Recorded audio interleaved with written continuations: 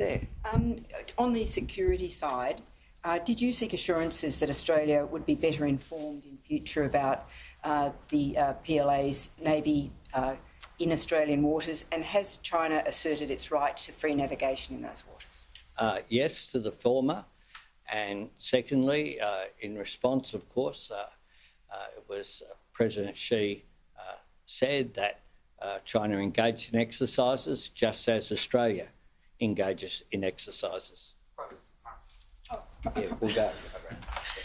Thanks, Prime Minister. Can I just clarify on that answer that you specifically sought that the notification was really the issue that Australia had earlier in the year? And could I also ask if discussions were had around the case of jailed Australian Dr. Young Heng Jun? On the latter, yes. And on the former issue, I said what I said at the time, which was that it was within international law. There was no breach of international law by China, but that we were concerned about the notice and the way that it happened, including the live fire exercises. You've spoken a lot about the importance of increasing dialogue, building engagement between businesses.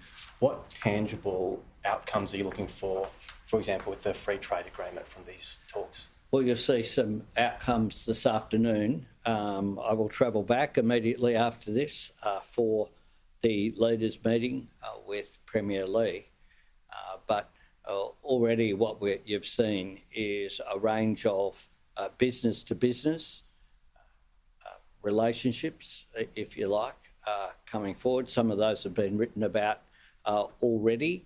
On the free trade agreement, one of the provisions, not unusually in the CHAFTA, the Chinese-Australia Free Trade Agreement that was signed by the former government 10 years ago in 2015, following the comprehensive partnership that was signed also by the Abbott government, was there's a clause in there for a review. That will happen because the 10 years has clicked in, so we'll engage in that, Paul. And then Tim. The government's made clear its concern about China's unexplained military build-up. Did you seek clarity on China's strategic or military intent? And did you seek any clarity or did you gain any insight into China's plans for reunification with Taiwan?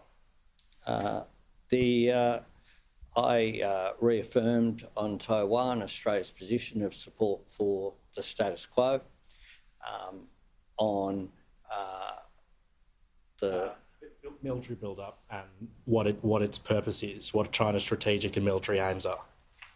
Well, you would be surprised if that was brought forward in. I'm not sure what you're getting at or what you're suggesting might be have been raised. I'm not sure the context. Well, your government's raised concerns about the military build-up and the lack of clarity around what it might be used for. Do you feel confident that China is a force for peace in the region after this meeting, or do you? Well, what we did was we put forward Australia's position, or I did, which is that we want peace and security in the region. That is in the interests of both Australia and in the interests of China.